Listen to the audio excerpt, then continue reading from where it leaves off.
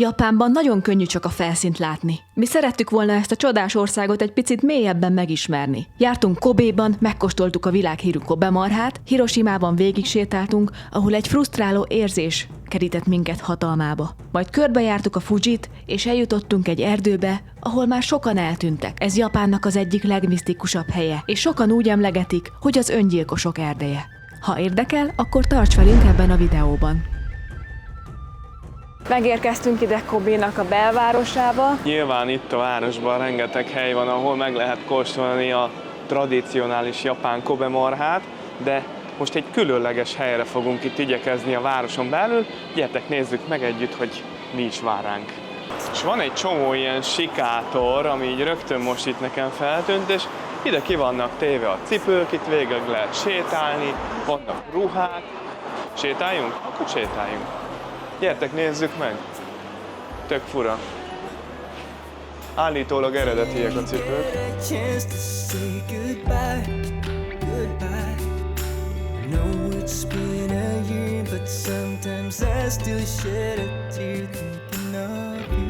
Micsoda jó illatok terjengenek itt a levegőben, már közel vagyunk, és itt van egy exkluzív hely, prémium Kobe marhát lehet itt kapni. A Kobe marha története a japán wagyu marhának a történetéhez kapcsolódik. Eredete több évszázadra vezethető vissza, és a japán wagyu kifejezés japán marhát jelent. Ezek a marhák régen főleg mezőgazdasági munkára voltak használatosak, ezért van az, hogy olyan szép, márványos a húsa. Aztán a 19. század végére Japán megnyílt a világ felé, és utána új módszerekkel kezdték el tenyészteni őket. Speciális módszerekkel és nagy gondossággal nevelik fel ezeket a marhákat, olykor-olykor még meg is masszírozzák őket. A húsában lévő zsírréteg egyenletesen oszlik el, és ettől van az, hogy a hús vajpuha lesz és rendkívül gazdag ízű. Stresszmentes környezetben élnek, a legjobb minőségű tápot kapják, olykor-olykor még zenélnek is nekik, szóval ők a marhavilág csúcsai. Ezeket a marhákat már Japánon kívül is próbálják tenyészteni, de az eredeti az itt van ebben a régióban, és itt kapják meg a hivatalos minősítést. Csak a Tajima-gyu vérvonal szerinti marhák lehetnek Kobe marhák. Ezeknek nagyon szigorú szabályok szerint kell, hogy megfeleljenek, és ezek a típusú marhák nagyon lassan nőnek, ami ilyen szaftos és gazdag ízvilágú húst eredményez. És amikor felszolgálják a vendégeknek ezt a marhát, akkor nagyon vékony szeletekre vágják, hogy még jobban kiérezzék és élvezni tudják az ízét. És jöttünk el ide Kobe városnak a kínai negyedébe, hiszen ez a Nankimachi negyed, vagy Nankimachi negyed, ez nagyon híres, és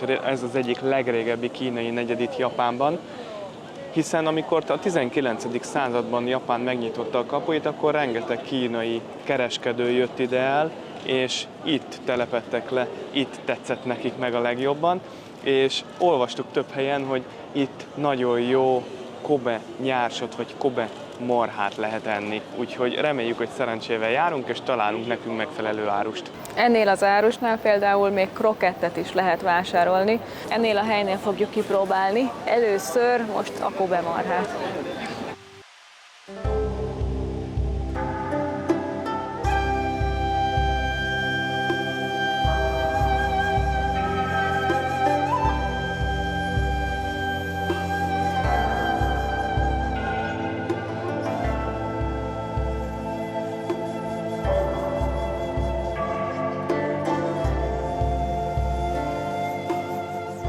El is készült, a legértékesebb részét kértük, hogy ha már megkóstoljuk, akkor hagyd szóljon, akkor kóstoljuk meg a legjobbat. Egy kis sóba mártjuk.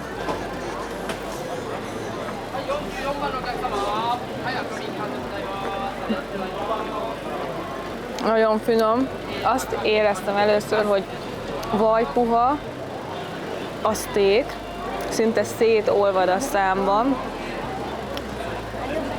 és ez fantasztikus, sokkal jobb, mint amit eddig ettem nyilván.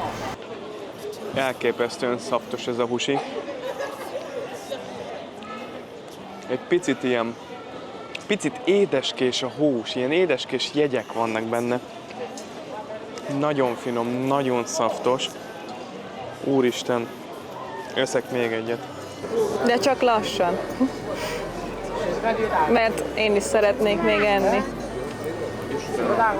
És egyébként azért választottuk ezt a helyet, mert minősített Kobe marha van itt, illetve olyan szakácsok készítik el, akik értenek is hozzá az elkészítésének. Most hiába vagy itt az utcán, itt az nem számít Japánban, hogy a hely hogy néz ki. Itt csak az számít, hogy kik készítik el. Mindenképpen érdemes megkóstolni, egy teljesen más ízélményt ad, mint amit eddig ettünk. Nyilván, hogy drága, mert ez például 3500 jenbe került, ami körülbelül 18 eurónak felel meg. Szóval igen, van ára, de mondom, mindenképpen megéri megkóstolni egyszer az életbe. I've been feeling so small. Watch the clock ticking off the wall.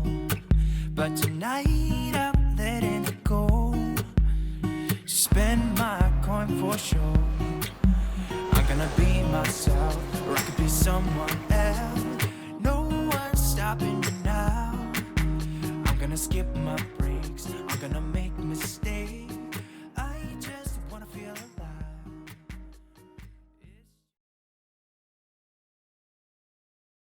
Ugye Hiroshima volt az a város, ahol a világon először ledobták az atombombát. Na de miért? A második világháború Ázsiában 1937-ben kezdődött, amikor Japán megtámadta Kínát, mert terjeszkedni akart. Japán célja az volt, hogy nagyobb befolyást szerezzen a csendes-óceáni térségben, és ellenőrzése alá vonva a stratégiailag fontos területeket és az erőforrásokban gazdag területeket, például Kínát, Indokínát és a dél-kelet-ázsiai térséget. És a terjeszkedéssel Japán egy erős birodalmat akart létrehozni, amit az amerikaiak nem néztek jó szemmel. Ugyanis az Egyesült Államok aggódott az agresszív politika miatt, és ezért gazdasági szankciókat vezetett be, például megvonták tőlük az olajexportot. És mivel Japán gazdasága nagyban függött az import nyersanyagoktól, ezért úgy döntöttek, hogy visszaszerzik az irányítást a térség felett, és december 7-én Japán megtámadta az amerikai haditengerészeti bázist Hawaiion. Támadás az nagyon súlyos volt és váratlan. Erre van is egy kiváló film, például a Pearl Harbor. Abban a filmben például láthatjuk, hogy mennyire váratlanul érte ez a támadás az Amerikai Egyesült Államokat. Az Egyesült Államok hamarosan hadat üzent Japánnak, és belépett a háborúba. A következő években az USA és a szövetségesei fokozatosan visszaszorították Japánt a csendes-óceáni térségben, megnyerve több jelentős csatát, például a Midway szigeteknél.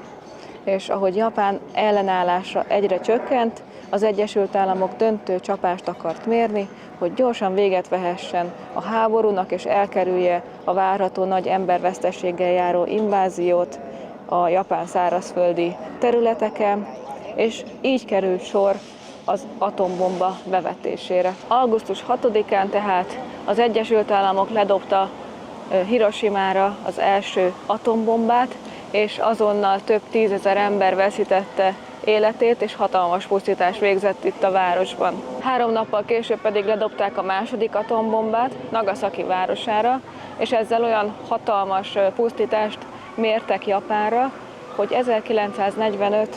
augusztus 15-én feltétel nélkül megadta magát, és így ezzel véget ért a második világháború. Tehát Japán bejelentette augusztus 15-én, hogy ő neki ennyi volt, befejezte ezt az egészet, majd hivatalosan a tokiói öbölben ért véget Japán és az egész világ számára a világháború szeptember 2-án, amikor az USS Missouri hadihajón a kapitulációs okmányt aláírták. Ugye Európában már Németország ebben az évben, májusában feladta magát, tehát Európa számára a háború véget ért, itt csak szeptemberben került erre sor, és ez az egész világ számára azt gondoljuk, és a világon szerintem nagyon sok millióan, milliárdan még azt gondolják, hogy ez egy hatalmas nagy figyelmeztetés volt, hogy meg kell őrizni a békét, és a háború, az atombomba semmire sem megoldás. Hozzáteszem, hogy az az atombomba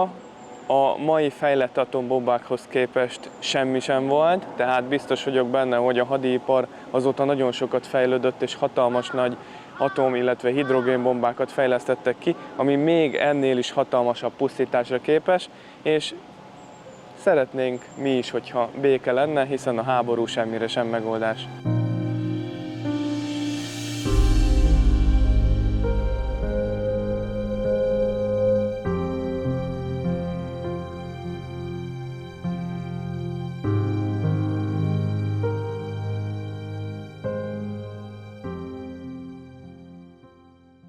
És akkor ide értünk az atomdómhoz, ahhoz a szimbólumhoz,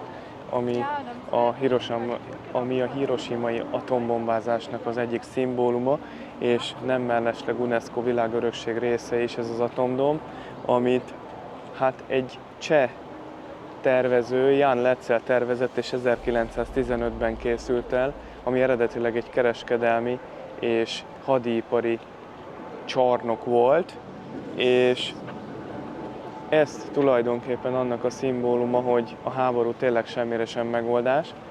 Az atombomba az 600 méter magasan, ettől a dómtól körülbelül 160 méterre robbant föl, és akkora hatalmas nagy pusztítást vitt véghez itt Hiroshimában, hogy minden elpusztult, csodával határos módon a dóm épülete egyben maradt annyira, amennyire, de lehet látni, hogy elég nagy pusztítást végzett még ennek ellenére is.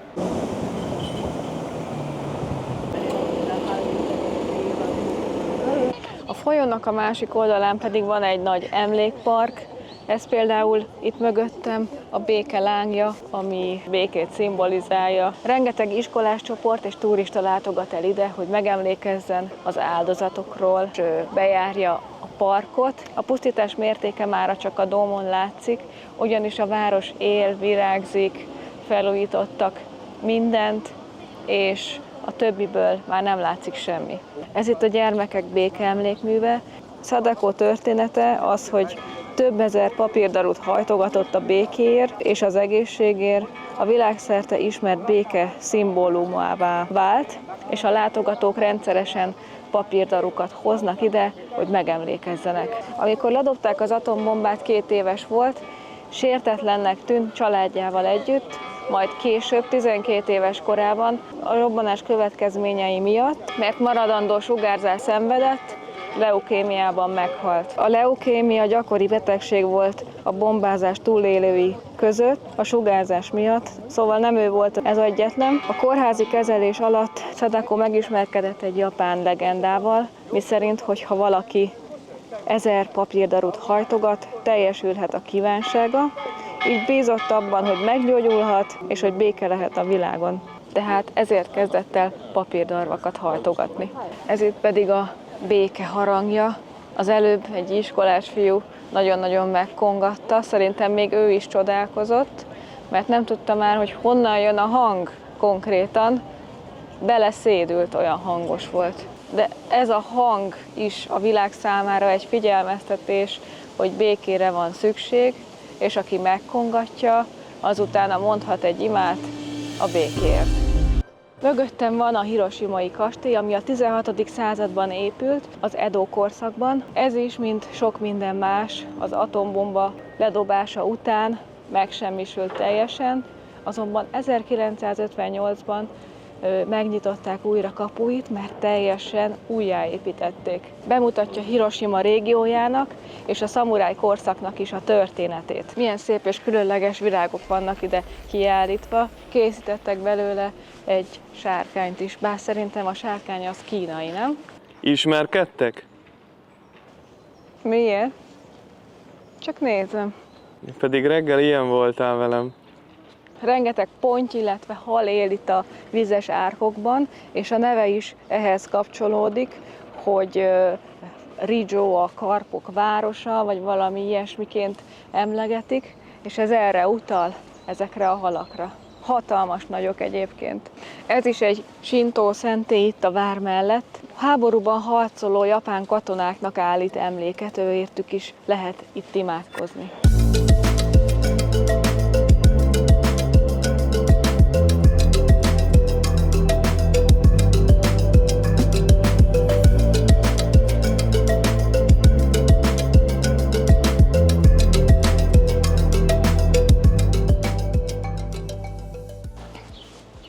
Itt a szentély előtt is van 2 darab ponty szobor, amik a japán kultúrában az erő és a kitartásnak a szimbólumai.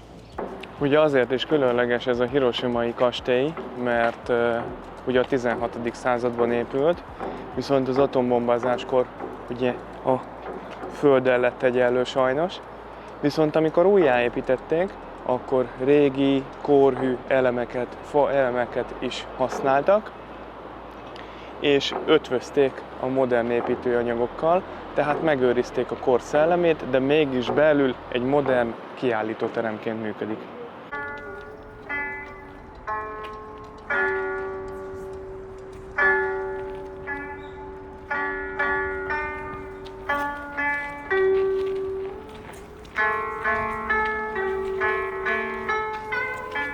Ez nekem itt nagyon tetszik, hogy nem kell amiatt stresszelni, hogy hol találunk WC-t, mert a legtöbb helyen van, és tiszták mindenhol, ahol eddig voltunk. Van papír, kéztörlő, fertőtlenítő, még a WC deszkát is le tudod fertőtleníteni.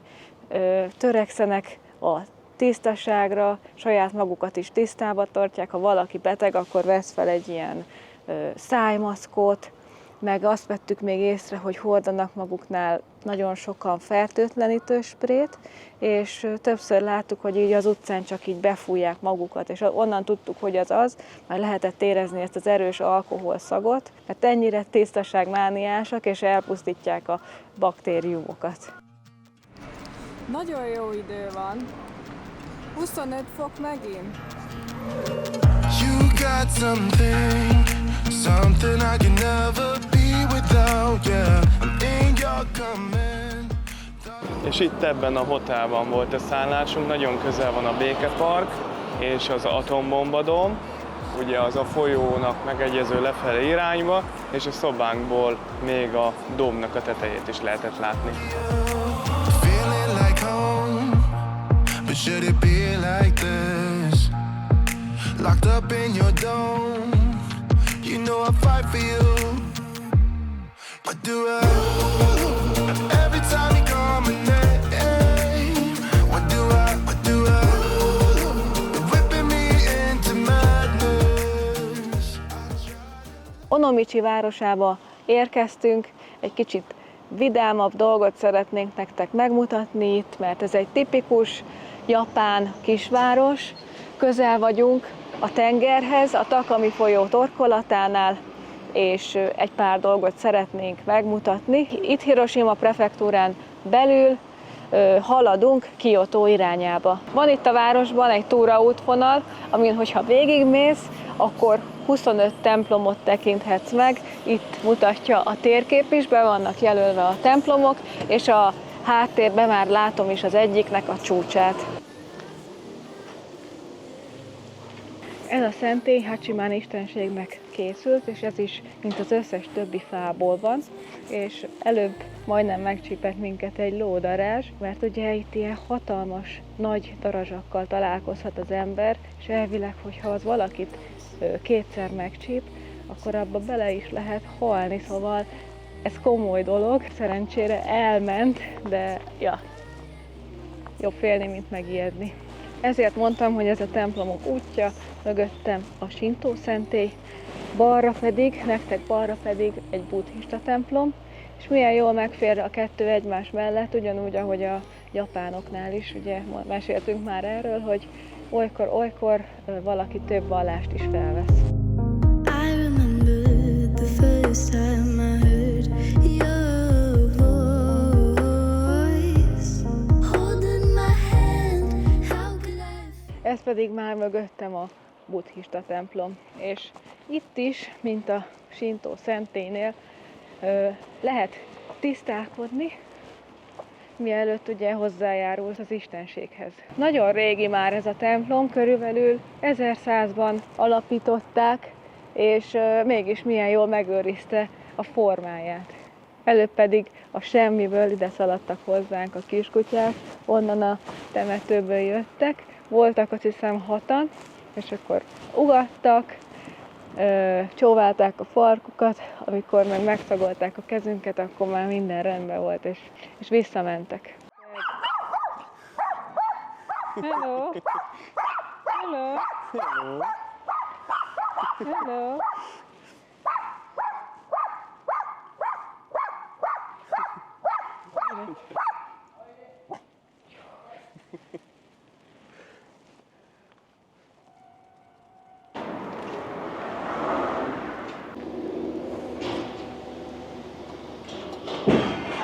Milyen gyönyörű ez a leander, nézzétek meg, gyönyörű szép sövényt alkot.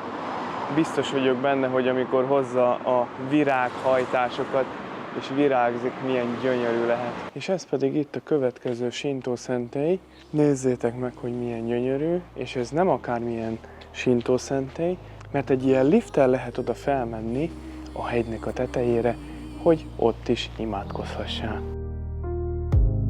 I remember the first time I heard your voice, holding my hand. How could I feel your touch? 'Cause you were nowhere near.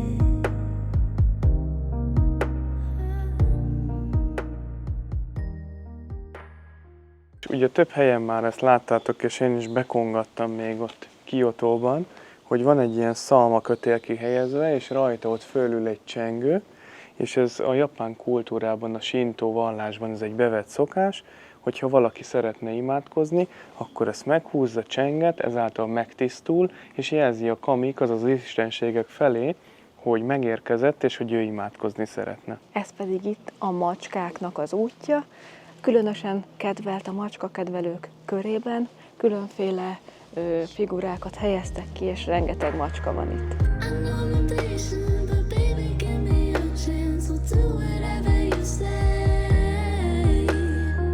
I can't afford to cry any more tears. You turn into all my fears. Rengeteg turista hoz magával saját készítésű macska erekjéket, például ezeket a köveket kifestették, képeket hoztak, akkor ilyen plakátokat, saját macskájuk képét föltehetik egy falra, úgyhogy ez tényleg a macska kedvelőknek van. Ez pedig itt a Tenneiji pagodája, 3 emeletes, és a Seto belső tengerre néz rá. A 13. században alapították, és nézzétek meg, hogy milyen gyönyörű fafaragások vannak rajta. Innen nagyon szép a kilátás, és rá lehet látni a kis városkának a folyójára, ahogy beleömlik abba a belső tengerbe, fölötte pedig az Onomichi híd látható, és szerintem ez egy tökéletes hely Hiroshima után, hiszen aki imádkozni szeretne, és egy kicsit elmélyülni, annak meg kell látogatnia az összes templomot, és magába szállhat.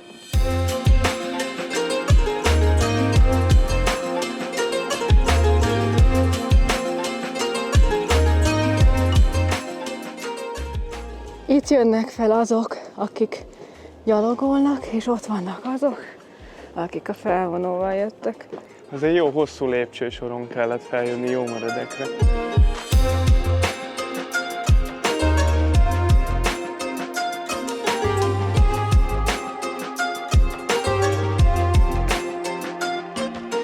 És akkor fel is értünk a Senkoji templomhoz, ami a japán buddhista kultúrában különösen fontos helyszín. A 9. században alapították, és gyönyörű kilátás nyílik Onomichi városára és a belső tengerre. Erre a részre teszik ki a szerelmesek a kis táblájukat, ellátva egy felirattal, vagy akár egy jó kívánsággal. Azért elég sokan jönnek ide fel és imádkoznak, és nagyon sok a fiatal is. És akkor most pedig visszaértünk a kocsihoz, és megyünk tovább Kyoto irányába, de először kifizetjük a parkolást. Megnézem, hogy hanyas a parkolóhelyem. Ez a 17-es, és akkor ide jövök az automatához. Ez, hogyha nem tudtok, japánul is működik, hiszen nézzétek meg, egyetlen japán írás sincsen, hogy mi is fordítunk, és akkor beírom, hogy japán írás. Tehát, hogy egyetlen angol írás sincs, angol nyelvű írás itt, hanem csak japán, de nem tudunk japánul, szóval mi is fordítani szoktunk, beírom, hogy 17-es, rányomok, hogy zöld, és akkor kiírja, nyilván a zöld ugye, hogy fizetni akarom, és 400 jenőti az ár, és akkor bedobok 4 darab 100-ast, és akkor mindjárt lenyílik a cucc. És amint látjátok, itt is van automata, rengeteg automata van a főutak mellett is, szóval mindig van lehetősége az embernek hideg vagy meleg üdítőt venni. Arra kell csak odafigyelni, hogyha itt világít valamilyen lámpa, az piros vagy kék. A piros az meleg, a kék pedig hideg. Like a pillow on my face. No one can hurt or invade my space. I still walk the streets with my head high.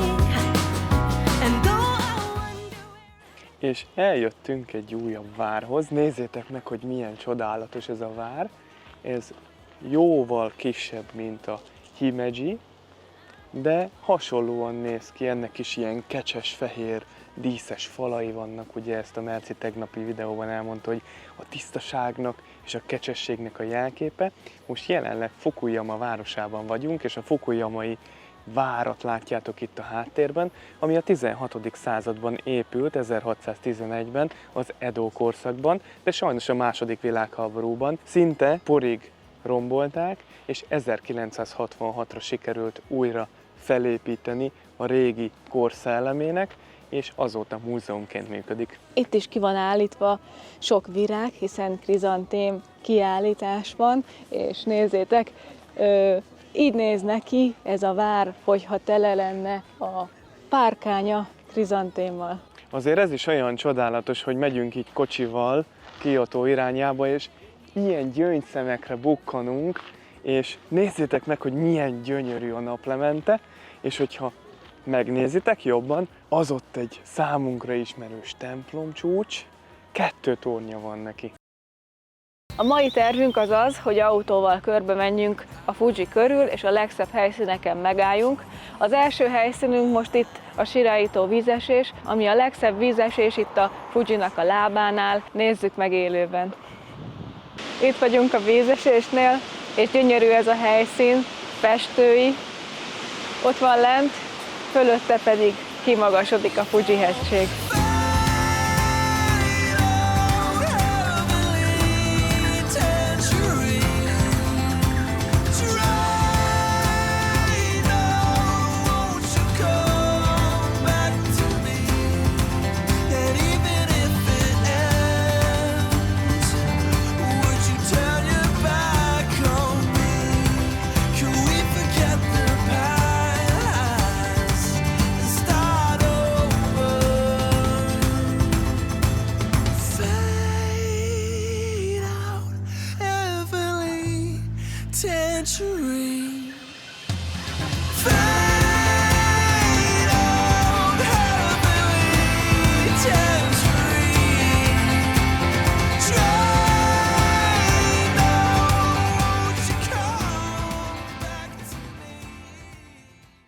Nagyon nagy szerencsénk van, hiszen ugye ősszel jöttünk, jó idő van, nem esik az eső, a fák ilyen gyönyörű színűek, ilyen gyönyörű piros, olykor még egyik része zöld, másik része már átment pirosba, szóval tényleg nagyon nagy szerencsénk van. Jelenleg 100 kilométerre vagyunk körülbelül Tokiótól. Fuji ugye a Japánnak a legmagasabb hegye, 3776 méter. Bár nyugodtnak tűnik, de a Fuji egy aktív vulkán, és az utolsó kitörése 1707-ben volt. Hogyha ránézünk, akkor különleges, tökéletes kúp alakot alkot, ami a világ egyik legszebb vulkánjává teszi. 2013 óta az UNESCO világörökség része, nem csak tökéletes természeti adottságai miatt, hanem A japánok tisztelik spirituális jelentősége miatt is. A Fuji-hegynél van egy buddhista templom, és a japánok körében a hegynek a megmászása lelki megtisztulás egyik formájaként szolgál. A hegyhez tartozik egy japán legenda, Hagoromo története, ami szerint a hegyre tenyók, azaz ilyen mennyei lények szálltak le, hogy fürdőzzenek, és egy halász megtalálta a tündérvarázs köppenyét, amely lehetővé tette számára a visszatérést az égbe. A tenyó könyörgött a halásznak, hogy adja vissza a köppenyt, a halász végül beleegyezett, de azzal a feltétellel, hogy előbb lát egy égi táncot. A tenyó eltáncolta a különleges táncot, majd visszavette a köppenyt, és örökre eltűnt az égben. A történet az azt sugallja, hogy az emberi vágyak nem köthetik le az égi dolgokat. A szépséget és a különleges dolgokat tiszteletben kell tartani, nem szabad birtokolni. És végül a halász elengedte a tenyót, így a legenda az elengedés és a tisztelet fontosságára hívja fel a figyelmet.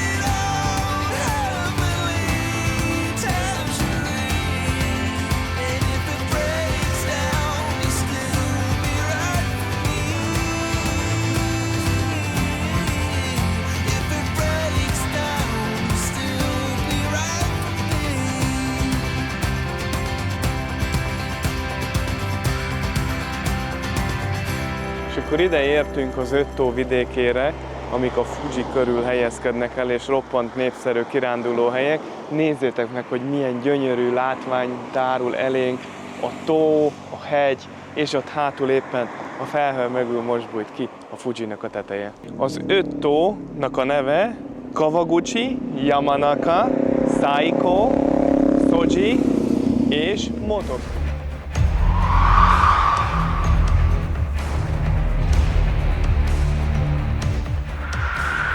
Itt vagyunk most az Okigahara erdőben, vagy ahogyan sokan nevezik, az öngyilkosok erdejében. Ez a hely nagyon misztikus hely, és története évszázadokra nyúlik vissza. Az erdő több mint 1000 évvel egy vulkánkitörés következtében jött létre, és ezt, hogyha ránézünk a talajra, akkor láthatjuk is, mert ott a fák között is ott van ez a vulkanikus talaj, és ez azért érdekes, mert sokan elmondták, hogy mikor ide bejöttek, mondjuk egy iránytűvel, akkor az iránytűt azt összezavarta, bementek a sűrű erdőbe, és eltévedtek. Hiszen mágneses a talaj, és ezért érdemes mindig a kijelölt túraútvonalon maradni, de nem csak ezért többek között. Különleges csendes atmoszférája van, a sűrű növényzet miatt elszigetelt és titokzatos érzést kelt, mintha egy másik világba léptünk volna be. Sajnos az erdő évtizedek óta ismert arról, hogy sokan választják öngyilkosság színhelyéül, és ezért nevezik az öngyilkosok erdejének. Több helyen az erdőben figyelmeztető táblákat helyeztek ki, hogy aki öngyilkosságra készül, őket is figyelmeztessék. Vannak szüleik, ugye van családjuk, hogy ne tegyék ezt, illetve azokat is figyelmeztetik, akik esetleg le akarnak térni a kijelölt útvonalról, mert itt évente akár több 100 holttestet is megtalálnak. Összejönnek a rendőrök vagy önkéntesek, elindulnak az erdőbe holttestek után kutatva, és soha nem térnek vissza üres kézzel. Nem csak az öngyilkossági hajlammal ideérkezőknek, hanem a túrázóknak is veszélyes helyez, mivel az erdő az mindenhol ugyanúgy néz ki, ugye mindenhol sűrű fák vannak, aztán a moha, meg a kemény talaj miatt a talajmenti gyökérzet ugyanolyanná teszi az erdőt, és eltévedsz. Ugye már mondtam, hogy az iránytűk megzavarodnak, azt is jelezték többen, hogy az elektronikai készülékek is, tehát így menjen az ember ebbe az erdőbe túrázni. Van is egy japán legenda, miszerint Az erdőt Gyürei, vagyis egy nyughatatlan szellem lakja, aki szomorúságot és kétségbeesést hoz az ideérkezőknek. Gyürei a japán mitológia szerint egy olyan lélek, aki nem tudott békére lelni a halál után, mert valami nyomasztó vagy tragikus történt vele, és az Okihagara esetében úgy tartják, hogy ez a szellem azokat a látogatókat veszi célba, akik már eleve szomorúsággal vagy bánattal érkeznek az erdőbe. A legenda szerint a Gyürei észrevétlenül közeledik a magányos vagy kétségbeesett emberekhez, és felerősíti a sötét gondolatokat, mintha suttogva emlékeztetné őket a fájdalmukra. És sokan úgy érzik, mintha valami vagy valaki figyelné őket az erdőben, ami még mélyebb szorongást vált ki. Ez a misztikus jelenlét, amelyet sok látogató érzékelni vél, hozzáad az erdő hátborzongató hangulatához. És most ezeket az érzéseket, amiket leírtak, meg elmeséltek, ezeket most mi is érezzük, hiszen síri csend van az erdőben, és tényleg, hogyha egyre beljebb mész, egyre rosszabb érzés kerít hatalmába. Van még egy történet, ami szintén ide kapcsolódik. A régi időkben Japánban hatalmas nagy élelmiszerhiány volt, és rengeteg családot arra kényszerített, hogy az idős női hozzátartozókat elvigyék távoli helyekre, és ott hagyják őket éhen halni. Ezt ubaszténak nevezték, és ezt a módszert rengetegen alkalmazták Japánban, de sok történész azt állítja, hogy kitaláció. Viszont a japán költészetben jelen van, és minden legendának van ugye egy valóság alapja is. Na és ezeket az idős szellemeket, akiket hátrahagytak meghalni, a legenda szerint nevezik Gyüreinek, akikről az elején beszéltem. Vannak olyanok, akik szalagokkal mennek be az erdőbe, hogy el ne tévedjenek, vagy éppen ha meggondolják magukat, visszataláljanak. Sokszor előfordult már, hogy a szalagok végénél holttestekre bukkantak. És neked most, hogy itt voltunk egy rövidebb ideig az erdőben, sétáltunk, átvettük úgymond a helynek a szellemét, hallottad a történetet is, milyen érzéseid vannak? Hát roppant nyugalom van itt, nagyon finom erdőillat van, ez nagyon tetszik, de nem akarok itt túrázni, pedig imádok az erdőbe lenni, és imádom a nyugalmat, az ilyen finom illatot, ami itt van, de itt nem akarok túrázni, mert tényleg olyan nyomasztó. Főleg így, hogy az ember tudja ezeket a hülye történeteket, pedig gyönyörű, tényleg nagyon szép, de nem akarok.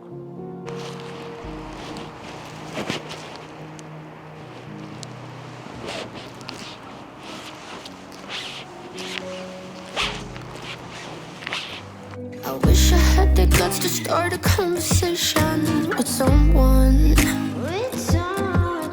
Just be who I am, not care so much about first impressions. So, 'cause I got a feeling that it could be great. Skip all the acts and playing games. És most pedig igyekszünk föl az egyik buddhista pagodához, egy nagyon ikonikus helyszínre. Az Arakura Fuji Sengen szentély az is része, ez a szentély, annak az 5 emeletes pagodának, ahová most felfele igyekszünk. Ez itt Fuji Yoshihidában van, és 400 lépcsőt kell megmásznunk, hogy erre az ikonikus pagodához felérjünk, és megmutatassuk nektek is, hogy milyen fotóva illő látvány fogad majd onnan minket az aranyló lombkoronákkal itt össze. Fölértünk, hát ha nem bírjátok a lépcsőzést, akkor ne gyertek ide, mert ez azért eléggé megterhelő, de mi Volt az 1000 lépcsőfok is szerintem. Hát ja, szerintem is volt. De mi jó kondiba vagyunk, úgyhogy csak egy kicsit lihegünk, és ennyi. Menjünk oda föl, csináljunk egy képet. I could be wrapped around your arms instead of being lonely. We could be gazing at the stars, but now it feels just like a... Felértünk, nagyon tetszik a hely, viszont nekünk turistáknak egyáltalán nem olyan, mint ahogy elképzeltük, mert egy ilyen kis picike helyre lehet csak menni fotózkodni. Amúgy meg, ha ide felmászol, akkor minden le van zárva. És itt az erdőben még majmok is lehetnek. Nézzétek meg, hogy ide szorítják be a turistákat, és akkor itt nem lehet keresztül menni konkrétan és akkor itt nem lehet konkrétan keresztül menni rajtuk. Küzdeni kell az életedért. De amúgy a kilátás az gyönyörű. A kilátás az nagyon szép. Lehet csodálkozni meg a színek, ezek az őszi színek. Fantasztikus. Amúgy minden évszaknak itt állítólag megvan a bája, télen a havas Fuji, tavasszal a cseresznyeféfa virágzás, és most pedig ezek a gyönyörű színek. Igen. I could be driving to your place, but now the ground is shaking. Could be a face, but it feels like it will never go away until we make up. I can't be myself. I never knew how much I needed you. Na hát ezt is megnéztük, nekem nagyon tetszett, és biztos vagyok benne, hogy a Mercinek is. És ez valami fantasztikus látvány. Egy picit sajnálom, hogy nem havas a Fuji, mert ebben az évben valami oknál fogva, ugye tudjuk az okokat, elolvadt a hó rajta, de reméljük, hogy rövidesen újra fehérek lesznek azok a csúcsok. Should've been you.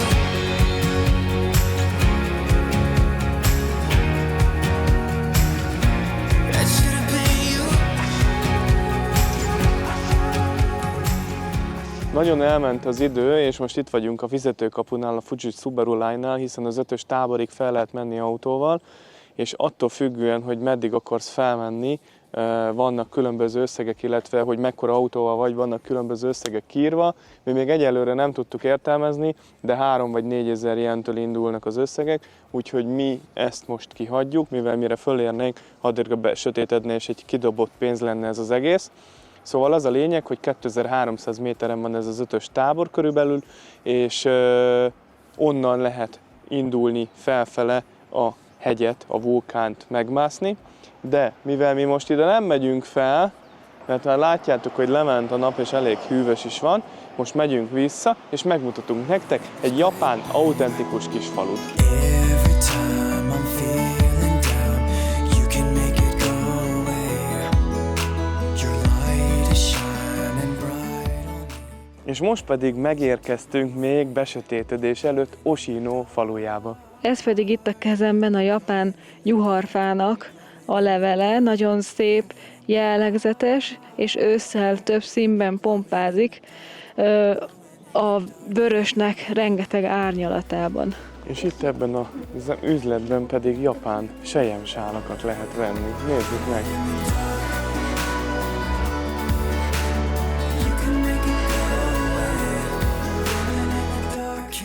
Már látjátok, ezért is mondtuk azt, hogy már nagyon későn értünk ide, meg hogy elment az idő, mert már zárul Mókamiki Mókatára, zár be az összes helyit, ahogy sétálunk végig a falu utcáján. Amiről még híres ez a falu, az a forrásai, mert amikor a Fujiról elolvad a hó tavasszal, akkor ide jön le a faluba, ide folyik le, és nagyon híres ezekről a tiszta vízű forrásokról. De a központban beérve amúgy nem csak a vízé az úr, hiszen mindenfele patakok csörgedeznek, hanem nád tetejű házak is vannak itt a központban, és én úgy érzem magamat, mintha visszarepültem volna az időbe, és egy skanzenba léptem volna be. Itt is bőségesen rendelkeztek náddal, és ezért nádtetős házakat építettek. Ugye ez nagyon praktikus, mert nagyon jól szigetel, könnyűek, és ráadásul még jól is néznek ki.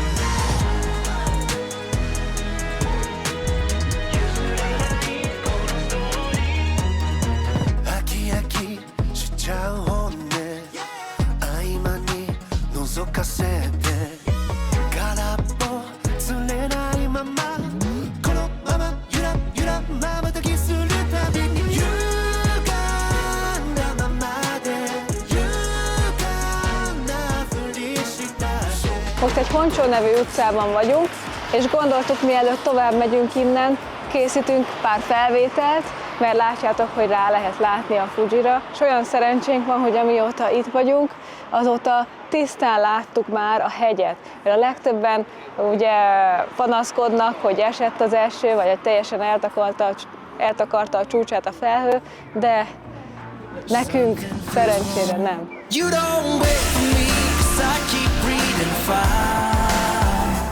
I won't wait for you, 'cause you keep telling lies. I keep going high, she keeps going low. At the end of the day, she's gone low. You don't wait for me, 'cause I keep breathing fire.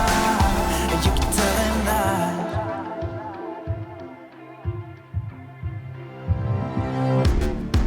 You played me like a game. You told me it was fine. Nem mehetünk el Japánból anélkül, hogy egy teaültetvényre ne látogatnánk el, ezért most itt vagyunk a Shizuoka prefektúrán belüli egyik legismertebb teaültetvényen, ahol vulkanikus a talaj, és ezért kiváló minőségű sencha és matcha teát termesztenek. És hát ugye gondolom titeket is érdekel, hogy mi a zöld tea készítésének a folyamata. Hát az, hogy a legzsengébb leveleket, mint például itt ezeket, leszedik, aztán meggőzölik, hogy megállítsák az oxidációt, és megmaradjon a finom, friss, zamatos íze a leveleknek, aztán megsodorják, kipréselik belőle a fölösleges nedvességet, és hogy felszabadítsák a különböző finom, friss ízeket, majd kiszárítják, hogy elérje a végső tartósságát, végső formáját, és aztán becsomagolják, hogy mi élvezhessük ezt a fantasztikus teaélményt. Ez, ami itt van, valami fantasztikus látvány, ide mindenképpen gyertek el, hogyha erre jártok, és ez azért is jó, mert nincs itt akkora tömeg, nincs itt annyi ember, de mégis élvezni tudod ezt a fantasztikus kilátást, illetve a bódéba, ott hátul zöld teát is tudsz még kóstolni, és akár venni is.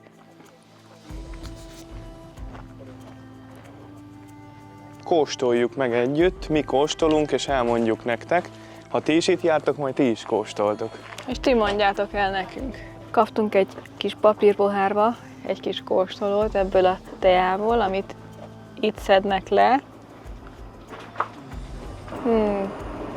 Nekem nagyon ízlik, én amúgy is szeretem a zöld teát, hiszen már meséltük nektek az egyik videóban, hogy nagyon egészséges, és nekem ez itt nagyon ízlik. Ezzel a kilátással én el vagyok. Most én is megízlelem. Az illata is olyan friss és üde. Ez nagyon finom. Ez a tea, ez olyan, mint amit az előbb elmondtam, hogy ebben benne van a színe, az aromája, isteni. Baby, I'm too fed up with us. I can't take no more screaming, hurting each other's feelings. Baby, I'm just too tired to talk, and you don't wanna listen. It's better we leave it all behind.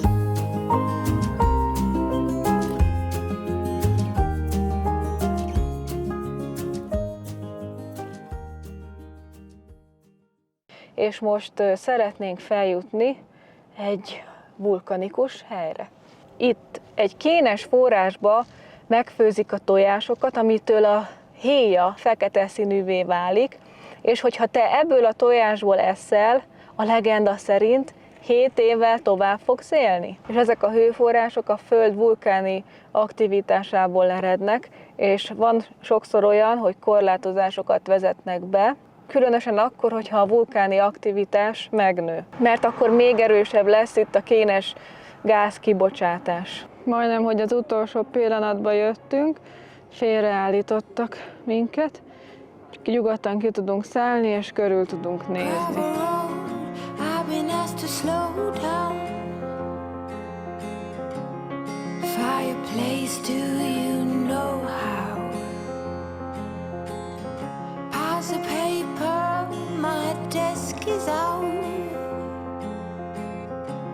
Who will care for the world now? Megálltunk a sorompó előtt, jött a sorompós parkoló ember, ugye letettük az autót, és most sietünk, mert én 7 évvel tovább szeretnék élni, szeretnék venni egy fekete tojást.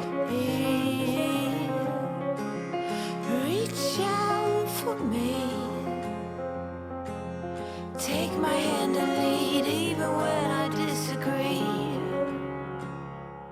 Ez a hely már bezárt, följöttünk most ide kicsit körülnézni. Nagyon erős kénszag van. Akartam pont az előbb mondani én is, hogy így beleszagolsz a levegőbe, és brutális. Megvan a helynek a hangulata, az biztos. How I love when it rains outside, and it's okay to slow the ride. Discover books. Most beálltam ide a sorba, hogy vegyek fekete tojást. Elég hosszú, de szerintem gyorsan fog menni. 2 fekete tojást fogunk venni, hiszen ketten vagyunk, mind a ketten tovább szeretnénk élni. És remélem, hogy addig a végén itt várok, a Merci tud nektek szép felvételeket még készíteni. Szóval megvannak a tojásaink, szerencsénk volt, mert bezárták az ablakot, de volt itt egy amerikai pár, aki kérdezte, hogy szeretnénk-e tojást. Most pedig szaladunk és megyünk kifele, mert záróra van, úgyhogy szeretnénk kijutni. Gyertek, Baby, I'm menjünk! too fed up. Köszönjük, hogy megnéztétek ezt a videósorozatunkat. Hogyha kíváncsiak vagytok a teljes videóra, akkor megtaláljátok a lejátszási listák között. Ha tetszett, lájkoljátok, írjatok egy kommentet, és találkozunk legközelebb. Sziasztok!